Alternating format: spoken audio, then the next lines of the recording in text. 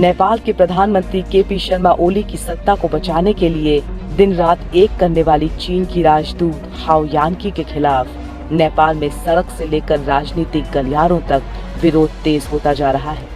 पाकिस्तान में काम कर चुकी हाओ यानकी ने नेपाली प्रधानमंत्री से लेकर सेना प्रमुख तक को अपने इशारों पर चलने के लिए मजबूर कर दिया है।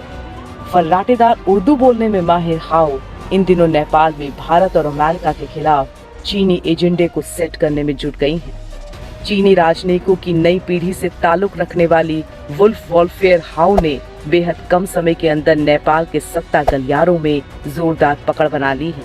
उनकी कोशिश है कि किसी भी तरीके से नेपाल कम्युनिस्ट पार्टी को ओली के समर्थन में खड़ा रखा जाए, जो इन दिनों भारत के खिलाफ लगातार कई सख्त फैसले ले चुके हैं। यही नहीं, ओली सरकार ने चीनी राजदूत के इशारे पर अमेरिका से मिलने वाली 50 करोड़ डॉलर की सहायता को भी ठंडे बस्ते में डाल दिया है। पिछले दिनों अमेरिकी विदेश मंत्री माइक पोम्पियो के बाद भी ओली सरकार इस फंड पर अब तक कोई फैसला नहीं ले पाई है। ओली को बचाने वाला मिशन चाइना। दोस्तों, चीन को लग रहा है कि ओली ही वो तुरुप का इक्का है जिन्हें नेपाल में भारत और अमेरिका के प्रभाव को खत्म करने के लिए इस्तेमाल किया जा सकता है। वहीं ओली भी लगातार चीनी राजदूत के इशारे पर भारत के खिलाफ जहरीले बयान दे रहे हैं। उनकी कोशिश है कि भारत के खिलाफ बयानबाजी करके और कदम उठा करके चीन को खुश करें। इससे उनकी सत्ता बची रहेगी। चीनी राजदूत और पीएम ओली के इस खेल को अब न केवल नेपाल कम्युनिस्ट पार्टी के नेता प्रचंड, बल्कि जनता समाजवादी पार्टी नेपाल और नेपाल कांग्रेस के अध्यक्ष शेर बहादुर देउबा भी समझ गए हैं। दोनों दलों के नेताओं के बीच पिछले दिनों हुई बैठक में ये आम राय बनी कि केपी ओली सरकार जानबूझकर भारत के खिलाफ घृणा से भरे बयान दे रही है ताकि भारत और नेपाल के रिश्तों को खराब किया जा सके। यही नहीं, दोनों दलों ने माना कि चीन को खुश करने के लिए नेपाल कम्युनिस्ट पार्टी के नेता किसी भी हद तक गिरे जा रहे हैं। उन्होंने ये भी कहा कि जनता की आवाज को दबाने के लिए ही ओली सरकार ने संसद के बजट सत्र को खत्म कर दिया। इससे नागरिकता बिल और अमेरिका के साथ समझौते को स्वीकृति नहीं मिल पाई।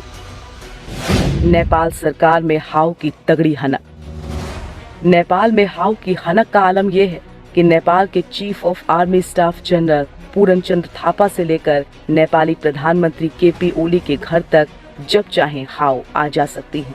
नेपाल की राष्ट्रपति चीनी राष्ट्रपति को स्पेशल डिनर पर बुलाती हैं और अकेले में मुलाकात करती हैं। इसकी जानकारी खुद नेपाल के विदेश मंत्रालय को भी नहीं दी जाती है।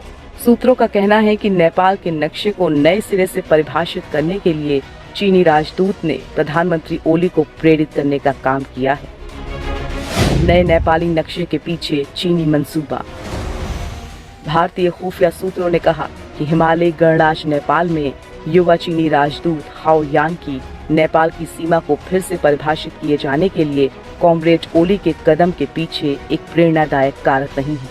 यानी नेपाल जो भारत के काला पानी और लिपुलेख को अपने नक्शे में दर्शा रहा है, उसके पीछे चीनी राजदूत की ही कूटनीति और दिमाग काम कर रहा है।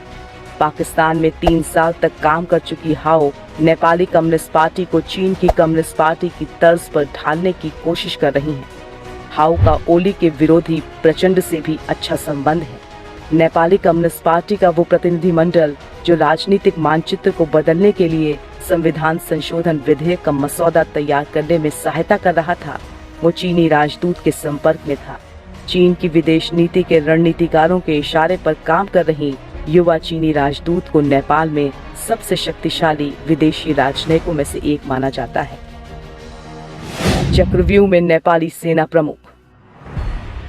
चीनी राजदूत का नेपाल के सेना प्रमुख पूरनचंद्र थापा के साथ भी बेहद करीबी संबंध है। 13 मई को काठमांडू में हाओ ने चीन की पीपुल्स लिबरेशन आर्मी की ओर से आयोजित एक बड़े कार्यक्रम में जनरल थापा को चीफ गेस्ट बनाया था। कोरोना को लेकर चीन से आई मेडिकल सामग्री को भी हाओ ने जनरल थापा को सौंपा था। कोरोना के समय हाओ ने चीन के राष्ट्रपति से नेपाल के राष्ट्रपति से बेहद कम समय में फोन पर बात कराई थी। चीन की वुल्फ वॉलफेयर है हाओ। हाओ चीन की वुल्फ वॉलफेयर राजनयिकों की नई पीढ़ी से ताल्लुक रखते हैं।